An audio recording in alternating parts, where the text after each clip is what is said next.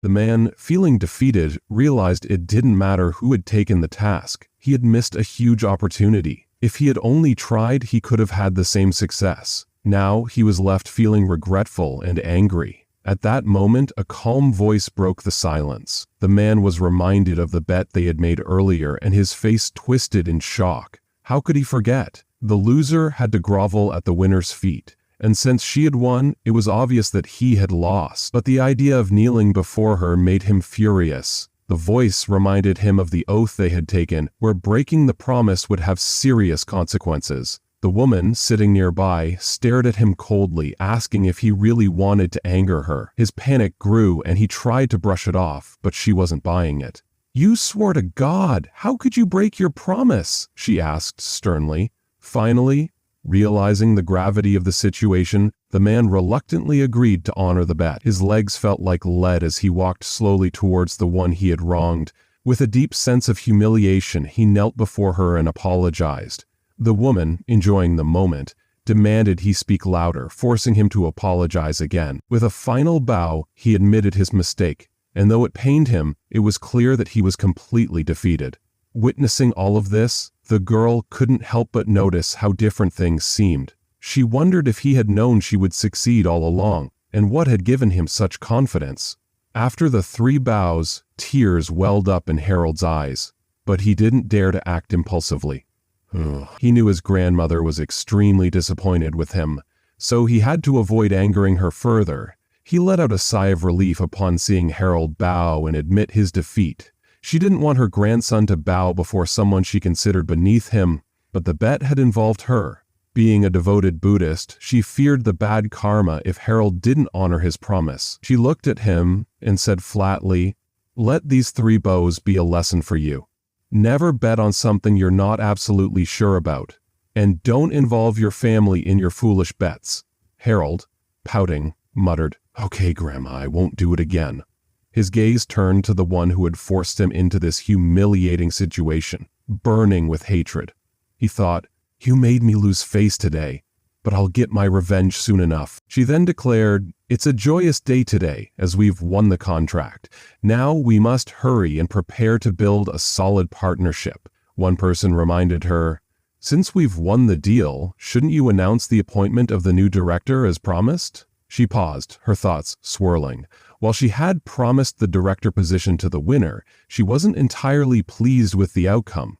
What if giving them such power made them harder to control? She didn't want to lose control over them. Realizing that withdrawing the promise would be unwise, she said, "Let's do this instead. Tomorrow night we'll host a banquet to announce our collaboration and introduce the new director to everyone."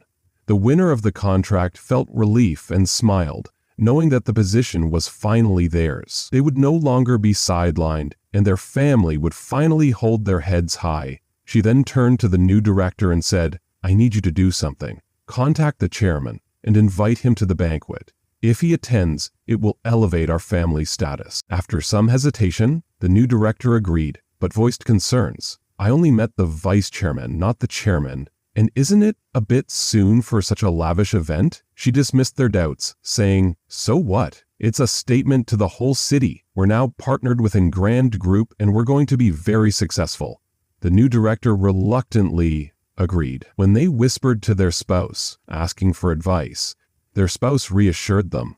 "Just try. You have the vice chairman's number. Maybe she'll agree." At this moment, the new director didn't know that their spouse was the chairman of Grand Group, which would soon change everything. The woman didn't take it seriously. She stepped aside and made a phone call. The call was answered by a sweet voice. And then, "Hello? Hello. I need a favor is available tomorrow night. Colt in effort. Hello? Hi, I need a favor." The woman said, speaking hesitantly, "But I'm not in favor is the right word, but an institution or an organization. You didn't ask nice. Might be interesting." If it is a distraction, there was a brief pause before the voice replied, "I can't make decisions for the chairman, but I can ask him for you, if that's okay." "Thank you," the woman said, grateful yet nervous as she ended the call. At that moment, a phone rang. The man answered it, knowing it was likely related to the invitation. He responded calmly, "Yes?" The voice on the other end asked if he casually agreed and ended the call, pretending it was just another nuisance. Not long later, the woman's phone rang again, and the same voice came through. "The chairman has agreed to attend your event tomorrow." The woman was overjoyed. "Really? That's fantastic. Thank you so much for your help." She rushed to share the news with her family. "The chairman is coming." Her family's faces lit up. "Really? That's wonderful."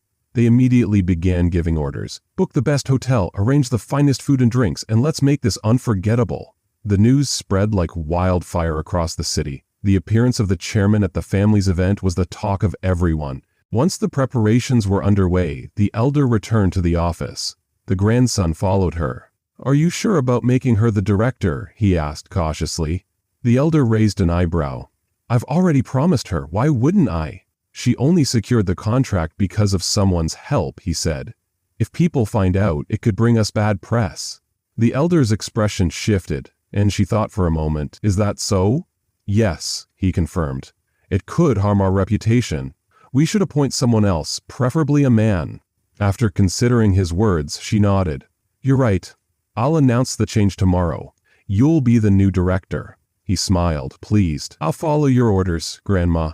After leaving the office, her heart raced with excitement. Tomorrow, her new position would be officially announced, and she would finally be able to stand tall, proud of her achievement.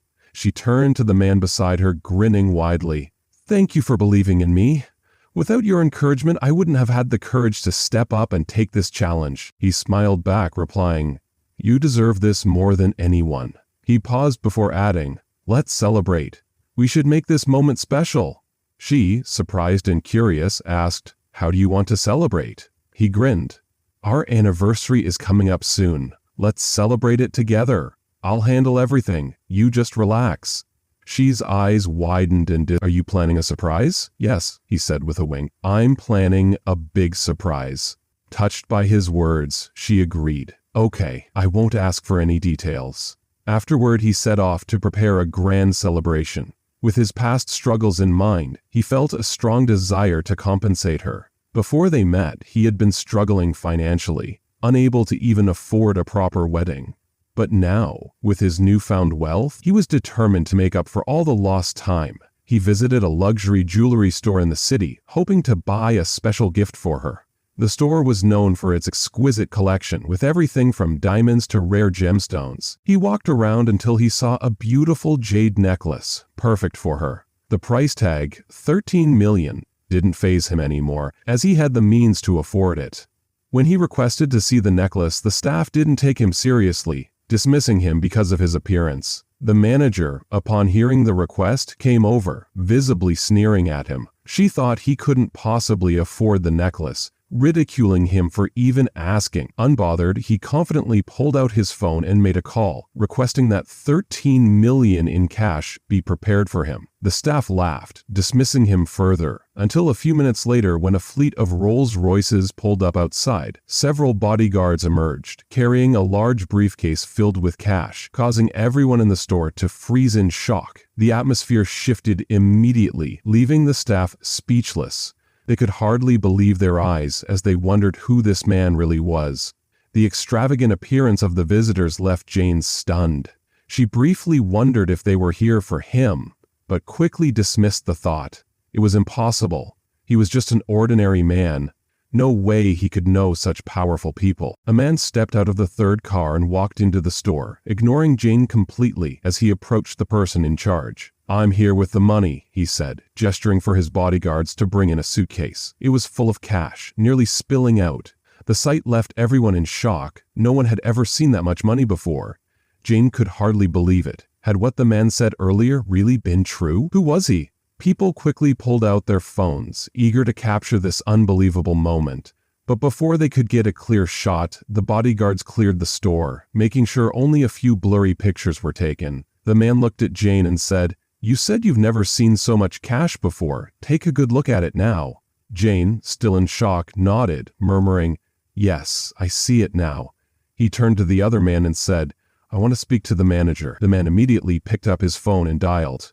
"Get here in 1 minute, or I'll have this place burned down," he shouted into the phone.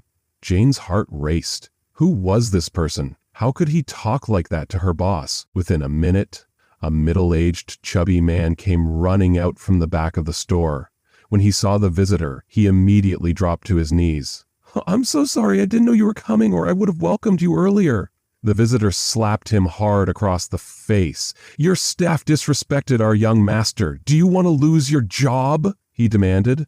The chubby man was terrified, realizing who the young man really was. He turned to his staff and asked, "Who offended the young master?" Everyone pointed to Jane. The manager grabbed her by the collar, slapped her, and yelled, "How dare you insult the young master?" Blood began to drip from Jane's face as she begged for forgiveness, crawling toward the man. "Please forgive me, I'll never do it again, I'm so sorry." The man looked at her coldly. "Serves you right." Enraged, the manager stomped on Jane's head, knocking her unconscious. He then ordered his bodyguards to throw her out of the store. The visitor, unfazed, turned to the manager and said, "Wrap up the jade necklace, I'll take it." The manager nodded and quickly prepared the item. The visitor pulled out a black card and handed it over. "Swipe this card." When the manager offered the necklace for free, the visitor refused. "I don't need you to give it to me." The manager, desperate, insisted. "Please, accept it. It's a token of my apology." The visitor, after a moment of hesitation, agreed. "It's all right, thank you." Once the transaction was complete, the visitor asked, "Do you need a ride?" "No," the man replied. "I'll go through the back door." As he left, onlookers could hardly believe what they had witnessed. The luxury cars, the millions in cash, and the shop owner practically giving the jade necklace away. The mysterious visitor quickly became the subject of intense speculation online, with people searching for his identity. Despite the blurry footage, it was clear that this was a man of incredible power, and the hunt for him continued.